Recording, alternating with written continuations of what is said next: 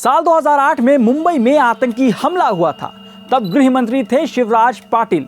एक जगह से दूसरी जगह जाने के दौरान उनके कपड़े बदल रहे थे।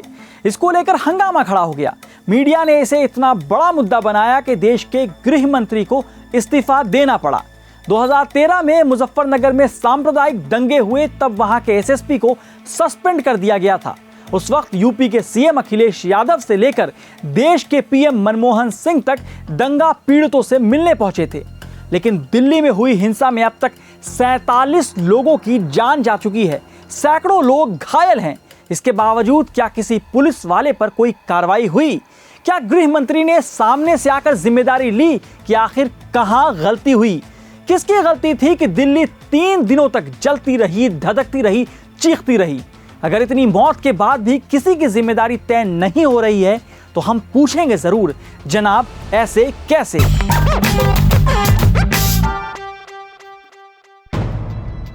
देश की राजधानी दिल्ली की सुरक्षा की गारंटी गृह मंत्री अमित शाह के हाथ में है। लेकिन 3 दिनों तक दिल्ली में मौत का डरावना खेल चलता रहा। घर, दुकान सब जलकर खाक हो गए। उस हिंसा को रुके 1 हफ्ते से ज्यादा हो चुका है, लेकिन गृह मंत्री ने हिंसा के पीड़ितों से मिलना तो दूर, एक शब्द भी अब तक नहीं बोला। जी हां, एक शब्द भी नहीं बोला। दिल्ली के नॉर्थ ईस्ट इलाके मुस्तफाबाद, शिव विहार, चांदबाग, गोकलपुरी में दंगाइयों ने बच्चों, बूढ़ों, महिलाओं, किसी को भी नहीं छोड़ा। डंडे, तलवार, बंदूक सब कुछ लोगों को मारने के लिए इस्तेमाल किए गए। किसी की बॉडी नहर में मिली तो किसी की नाले में।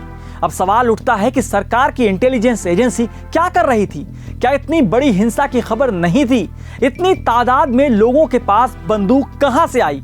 पुलिस कहां थी और क्या कर रही थी? इन इलाकों के डीसीपी, थाने के एसएचओ सब फेल हुए। दंगाइयों ने सड़कों पर कब्जा कर लिया और पुलिस सब देखती रही। क्यों नाकारे अधिकारी सस्पेंड नहीं हुए? चुनावी भाषणों में पाकिस्तान और चीन को सबक सिखाने की ताल ठोकी जाती है, लेकिन देश की राजधानी में सुरक्षा के वादे धराशायी हो जाते हैं। देश के दिल को छलनी कर दिया जाता है और उसे आप ना तो रोक पाते हैं और ना ही इसके लिए जिम्मेदार लोगों पर कोई कार्रवाई होती है। पुलिस पर न सिर्फ यह आरोप है कि वो हिंसा रोकने में नाकाम रही, बल्कि ये भी आरोप है कि वो खुद कई जगह पार्टी बन गई। एक फुटेज सामने आया है जिसमें पुलिस वाले सीसीटीवी तोड़ते नजर आए। एक और वीडियो सामने आया है जिसमें पुलिस वाले सड़क पर गिरे हुए घायल युवकों से राष्ट्रगान गाने को कहते हैं। एक और वीडियो है जिसमें दिखा कि हिंसा करने वाले पुलिस के सामने ही पत्थर जमा कर रहे थे। यह भी आरोप लगा कि भीड़ से घिरे हुए लोग, डरे हुए लोग 100 नंबर पर कॉल करते रह गए, पुलिस से मदद मांगते रह गए, लेकिन पुलिस मदद के लिए नहीं आई। तो सवाल यह है कि क्या इन आरोपों की जांच हो रही है? क्या पुलिस पर भरोसे को हिलाकर रख देने वाले उन तमाम वीडियो में दिख रहे पुलिस वालों पर कोई कार्रवाई होगी? क्या उस पुलिस ऑफिसर पर कार्रवाई होगी जिसके बगल में खड़े होकर बीजेपी के नेता कपिल मिश्रा धमकियां दे रहे थे? हिंसा में लोगों को करोड़ों रुपए का नुकसान हुआ है। कई बच्चे अनाथ हो गए, कई परिवार का अकेला कमाने वाला तड़प तड़प कर मर गया। अब उन्हें मुआवजा लेने में भी दिक्कत हो रही है।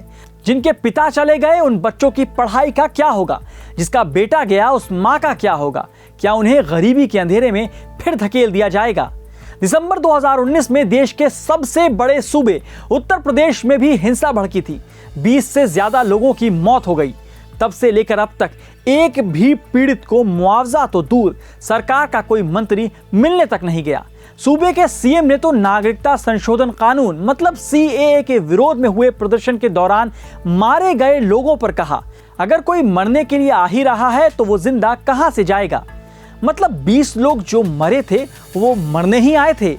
यही नहीं, सीएम ने हिंसा में मारे गए परिवार के लोगों को मुआवजा देने के सवाल पर विधानसभा में साफ कहा, जी नहीं, ऐसा कोई प्रावधान नहीं है।